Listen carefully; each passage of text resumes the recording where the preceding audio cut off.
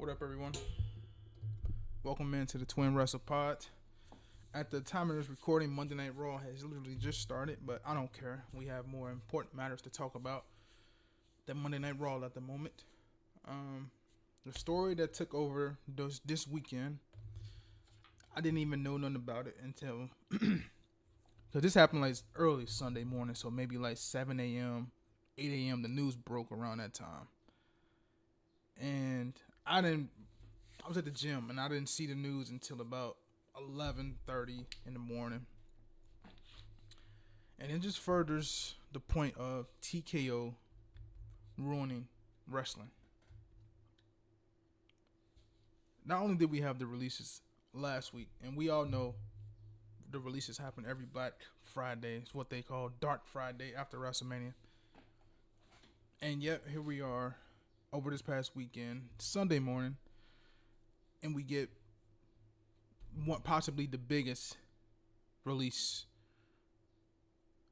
to come out of this whole situation, and that is the New Day are gone from WWE. And TKO had a bit plan, played a major role, even though it was mutually decided and agreed upon on both parties. But we'll get into the TKO situation. But I'm not going to gloss over, I'm going to say this now, let's not gloss over the fact that two more people have lost their job. And Jeff Cobb, if you are a real wrestling fan, you know who Jeff Cobb is, played JC Mateo in the MFTs, and Tonga Loa, who's also in the MFTs, have both also been released. Neither was really there in WWE that long. Well, Jeff Cobb wasn't there that long. He was only there for pretty much a year. This was a year from his release now. Quick thing about those two. I mean, Jeff Cobb didn't do much in WWE, and it's a far cry from where we are now, from last release video that I checked out to now. It's a difference how much of a couple days make, right? But Jeff Cobb and WWE didn't do as much. Okay, they put him in. I think he had a match with LA Knight, if I remember, on SmackDown. I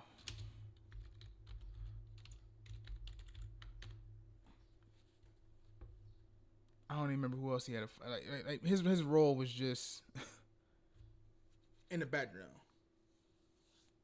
and it's not really a surprise there, honestly.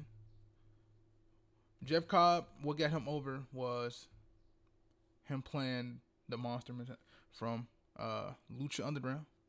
If you know, you know. That was probably his best role he's ever played. The monster behind the mask in Lucha Underground. And he had runs in New Japan and Ring of Honor and shit like that. But what got him over was his ring work. And in WWE, he didn't really get a chance to do much of ring work really. He was just in the group MFTs, really. And we all know how that group is. Same thing with Tonga Loa. Tonga Loa, he had his moments, okay? He's more of a comedic. He did a lot of shit, unintentional, rather, but funny, unintentional when it comes to his role in the WWE. Who can never forget I don't know if it was Backlash or if it was SummerSlam or Money in the Bank. I mean, where he meant to pull out. He missed his cue of pulling someone from the cover. I don't remember who the fuck he was supposed to pull. I think it was one of the Usos. I can't remember, but I think it was Backlash. Might have been Backlash when they was in France, and he missed his cue. So that just sums up Tonga Loa's run in WWE. He didn't do much. Got hurt. And you ain't seen me. Came back like late last year, and he didn't really do much, man. So, not really surprised by Tonga Loa and JC Mateo being released by WWE. But we gonna get on to the biggest released, which is the New Day. Now, let's state this.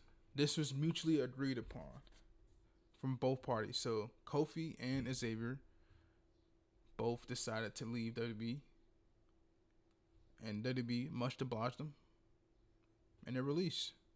But the real issue comes from TKO wanting the New Day to restructure their contracts, as was reported by, I think, let's see, Fightful Select. We broke the news Sunday morning that the whole issue was that TKO wanted them to restructure their recently signed contracts, by the way. That was going to 2030. So they signed them last year in 2025, a new 5-year deal. And TKO wanted them to restructure the deal because they was well in the 7 figures range. And this is the thing with TKO, bro. Like, they are fucking ruining pro wrestling. They're doing the same thing they did to the UFC to WWE. Period. For as much as these people, and I'm going to keep hammering it, as much as these people keep hammering in these record-breaking gates, they selling out the most sold out arena in this town, in this city, the most sold out PLE, WrestleMania made this amount of money. For all that shit. And y'all restructuring, y'all want to restructure current talents deals. If they don't, pretty much you put him up for release. In other situations, a talent lets his contract lapse in Santos Escobar case, and you re-sign him to a bigger number, only to release him not even a year into his new contract, maybe 6 or 7 months into his new contract. What was the point of that? So this guy, then Aleister Black, right, came back last year. He might have signed a big money deal too to return last year. Now that puts radars on the antennas of maybe a Rusev. Because I say this because I don't think this is the last of the cuts that's coming. I think we're gonna have more cuts. This is just what TKO do. As much revenue and shit they do, and much revenue and shit that they plaster all over the commercials or whatever, as much as they announce how much money they done made, they don't care about what your talent has done. Obviously, with the moves, Kofi's been there since 2006. They don't care what you have done for them in the past or nothing like that. It's a new regime now. TKO is there now. They took over, so they don't really care about that.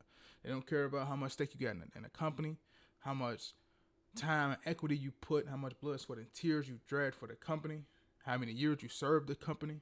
They don't care. They've shown that. You even had Hall of Famers like Kevin Nash even commented over WrestleMania weekend. We all seen how WrestleMania played out. It was the commercial mania.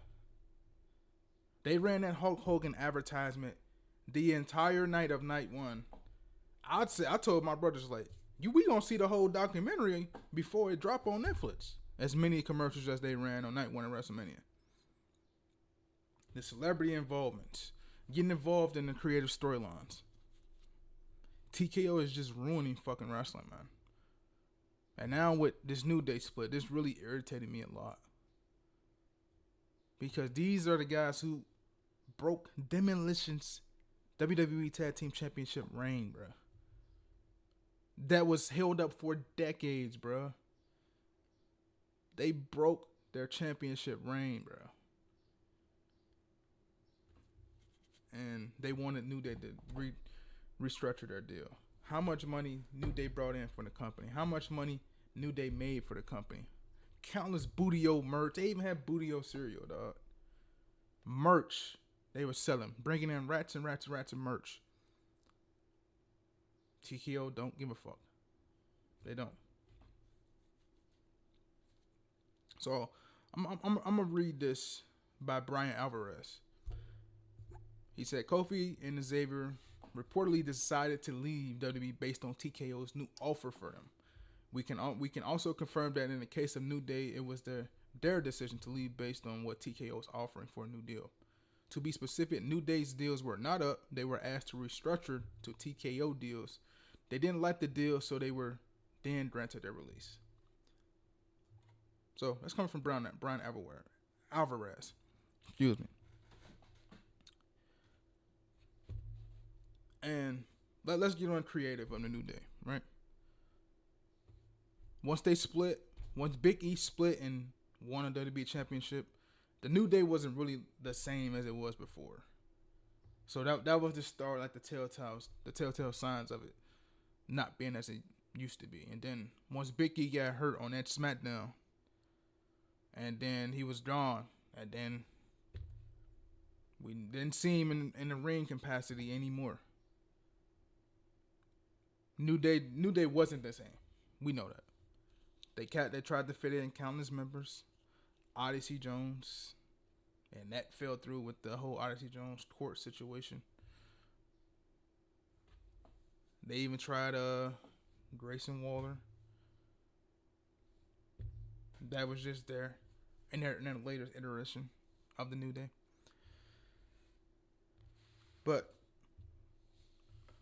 they couldn't really do too much creatively with the gimmick. But it's not partly blamed to Woods or Kofi. It's more to blame to the creative. Because they had that segment when the 10-year anniversary back in 2024, it had to be in December 2024, when he had that anniversary special on Raw, where Big E came back out there to try to. At this point, Kofi and Woods were getting into it weeks and weeks on Raw, like blaming each other for them losing a match or anything. Like something happened in the match that cost them the match, they'd blame each other. So they had this special leading up on Raw, the anniversary special. Big E came out there, both Woods and Kofi was out there, and Big E trying to rally them back together.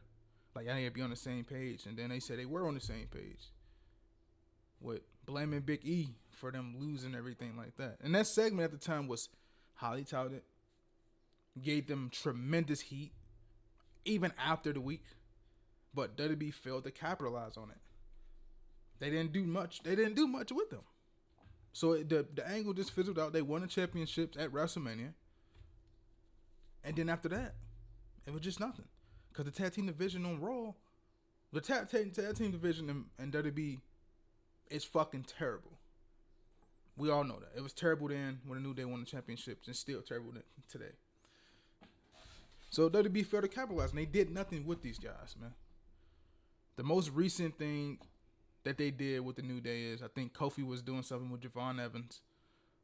Woods, I think, was off of TV for injury or something. I can't remember. But I think the last match they had might have been on Monday Night Raw against the Usos or something.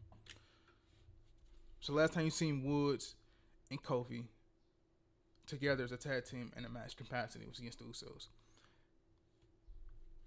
And it's just crazy, man. It's crazy. No matter what you do for a company, how much merch deals you do, the new regime don't give a fuck. And like I say, I believe this is not the last time we're gonna see any more cuts. It's gonna get more into the deep end these next few weeks. I think there's more names, and then there was even a recent report that is more names, major names, that TKO wants to reconstruct their deals and make them sign the TKO friendly deal pretty much and take a pay cut. So, see, look, now they just brought it up 12 minutes. The WWE talent who accepted a 50% pay cut is not a tippy top person. It's not a tippy top person. So they still having people taking 50% pay cuts. That's fucking wild to me. So we know the cream. If you ain't the top 5 guys, the Romans, the Codys, the Punts, the Rollins, etc. So you gotta take 50% pay cuts. So it's fucking crazy, man. And this ain't nothing new with the TKO regime. Their resume speaks for itself. This is the shit they do. So it's not really a surprise. But it's just, ever since they got involved with WWE, wrestling has just not been the same on WWE anymore. It hasn't. And it's going to continue to get worse. Because all this regime now care about is the profit. They don't care about shit else. And it's sad to see. It's a dark time in wrestling, in my opinion. But that's my thoughts on the matter, man. It sucks for Woods and Kofi, but WWE did them a favor. So now it's already rumored that AEW top names in AEW want them there, and I think that's where they're going to go because we finally can get the match between them and the Bucks. Unfortunately, Big E ain't gonna be with them, so you can't do the trios with E, Woods, and Kofi versus Omega and the Bucks, because they've been wanting that dream match for a very, very long time. Now, begs the question: will they sustain a run in AEW? That begs the question. You always have that initial run where it be hot or whatever the case may be, but it's always the long term as well, which AEW sometimes hit or miss on. So that's the determining factor there. But the initial run is gonna be great. If they go to AEW, get the match with the Bucks, get a match with Edge and Cope, or Cope and Christian, FTR, whoever else is in their tag division. So you just don't WWE just bolstering their tag division. I can see the Motor City Machine Guns heading over there for a spell. So you can have a sustained group of tag teams in AEW. WWE just did AEW a favor with some of these tag team releases. You go from one shitty tag team division in WWE to another good tag team division in AEW. So I mean, it works out for Kofi and Woods. I seen they put out some statements earlier, very well said, in both statements they put out on Twitter, man. And shout out to these guys, man. Kofi been there for 20 years, and Woods been there for pretty much 10 almost 10 years now. Well, what? Maybe what? No, 16 years. Excuse me. But shout out to them, man. They're not gonna be without work, and I'm interested to see what Woods and Kofi do in the coming months after they 90 days are up. So shout out to them. See what they do. See what JC Mateo and them do, and Tangaloa. Maybe they go back to New Japan. Shout out to them.